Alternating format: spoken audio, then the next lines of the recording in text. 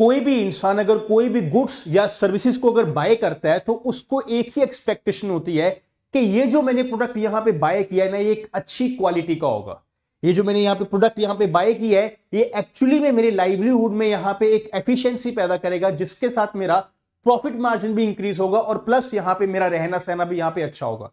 इसी को देखते हुए पार्लियामेंट ने हमें एक कानून दिया था, कंज्यूमर प्रोटेक्शन एक्ट, जिसकी बदौलत हमें देखने को मिलता है कि अगर कंज्यूमर कोई भी गुड्स या सर्विसेज को जाके कहीं से भी बाय करता है तो यहां पर अगर उस सर्विसेज में, अगर उस गुड्स में अगर कोई डेफिशिएंसी देखने को मिले, यानी कि अगर अच्छी क्वालिटी नहीं देखने को मिली, तो उस केस में कंज्यूमर सेलर के अगेंस्ट यहां पे कंज्यूमर प्रोटेक्शन एक्ट में एक एप्लीकेशन फाइल कर सकता है और यहां पे अपना मुआवजा यानी कि बेनिफिट ले सकता है। इसी को देखते हुए सुप्रीम कोर्ट का आज हमें एक फैसला देखने को मिला है, जो कि काफी यहां पे शॉकिंग डिसीजन है, जो कि आज हम लोग इस पर्टिकुलर वीडियो में डिस्कस करने वाले हैं। I am talking about the case of MS Polymedical limited versus MS Brillio technologicals private limited, 2025 की सुप्रीम कोर्ट की judgment. You see in this particular case हमें यहां पे क्या देखने को मिलता है ना, कि कंपनी ए कंपनी बी से कोई प्रोडक्ट यहां पे, कोई सर्विसेज यहां पे लेती है, जो कि होती है एक सॉफ्टवेयर। यानी कि कंपनी जो ए है ना, यहां पे वो बेसिकली एक मेडिकल कंपनी है जो कि मेडिकल डिवाइसेस को एक्सपोर्ट इंपोर्ट करती है। अब उसके लिए उनको चाहिए एक सॉफ्टवेयर, जो कि उनके काम में इन्हांसमेंट लेके आएगा, एफिशिएंसी को यहां पे इंक्रीज कर देगा, और वो सॉफ्टवेयर लेने के लिए जाते हैं वो कंपनी बी के पास। अब जो सॉफ्टवेयर यहां पे कंपनी बी कंपनी ए को प्रोवाइड करती है, वो यहां पे देखने को मिलता है ना कि एक्चुअली में एक डेफिशिएंसी ऑफ सर्विस यहां पे देखने को मिलती है, कि जो यहां पे सॉफ्टवेयर प्रोवाइड किया गया वो एक अच्छी क्वालिटी का यहां पे नहीं है, जिसके कारण कंपनी ए का यहां पे नुकसान हुआ है। अब कंपनी ए ने क्या किया, as we all know, company A गई यहां पे कंज्यूमर कोर्ट के पास, वहां पे जाके कंप्लेंट फाइल करी। बट कंपनी बी का यहां पे जो कंटेंशन है वो ये बोलती है कि कोई भी इंसान या फिर कोई भी कंपनी अगर यहां पे किसी भी प्रोडक्ट को या किसी भी गुड्स या सर्विसेज को अगर बाय करती है for the purpose of profit margin,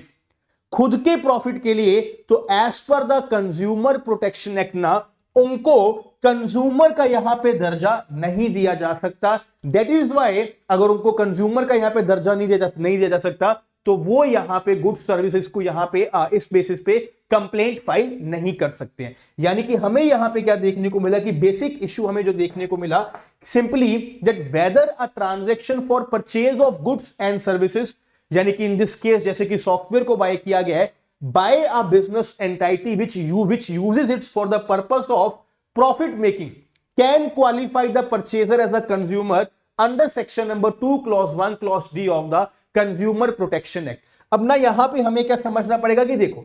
consumer protection act में हमें क्या बताया गया है कि भैया कंज्यूमर कौन होता है। बेसिकली जब भी हम लोग कोई भी गुड्स को, यानी कि कोई फिजिकल गुड्स को बाय किया, या फिर अगर कोई भी सर्विसेज को अगर हमने बाय किया, जैसे कि आपने टीचिंग की सर्विसेज को बाय किया, अगर आप मेरे से पढ़ना चाहते हो तो आपने टीचिंग की सर्विसेज को बाय किया, अगर आप मार्केट में जाके कुछ भी लेते हो, कोई ब्रेड लेते हो, कोई बटर लेते हो, तो यानी कि आपने कोई यहां पे गुड्स को परचेज किया।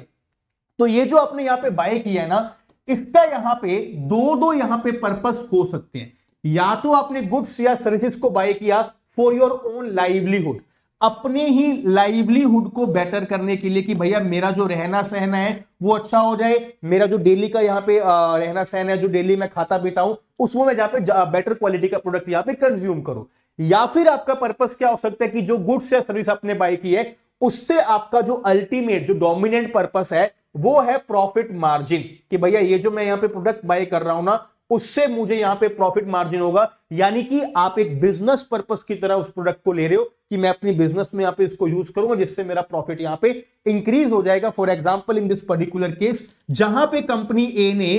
सॉफ्टवेयर को यहां पे बाय किया कंपनी बी से, क्यों बाय किया, क्योंकि भैया उनको जो इंपोर्ट एक्सपोर्ट का काम था उनका वो यहां पे इजी हो जाए, वो यहां पे इनहांसमेंट हमें देखने को मिले। नाउ इसी को देखते हुए ना सुप्रीम कोर्ट ने हमें इस पर्टिकुलर केस में क्या बताया कि as per section number 2 clause 1 clause D of the consumer protection act 1986 में, जहां पे हमें डेफिनेशन देखने को मिलती है कंज्यूमर की, वहां पे क्लियरली ये लिखा गया है कि अगर कोई भी इंसान या फिर कोई भी कंपनी अगर यहां पे कोई प्रोडक्ट को बाय कर रहा है, कोई भी गुड्स या सर्विस को बाय कर रहा है, जिसका अल्टीमेट पर्पस यहां पे प्रॉफिट मार्जिन है, यानी कि डोमिनेंट पर्पस यहां पे खुद के लिए नहीं है, अपनी एंटाइटी अपने प्रॉफिट के लिए है, तो भैया उस इंसान को हम लोग कंज्यूमर नहीं बोल सकते हैं।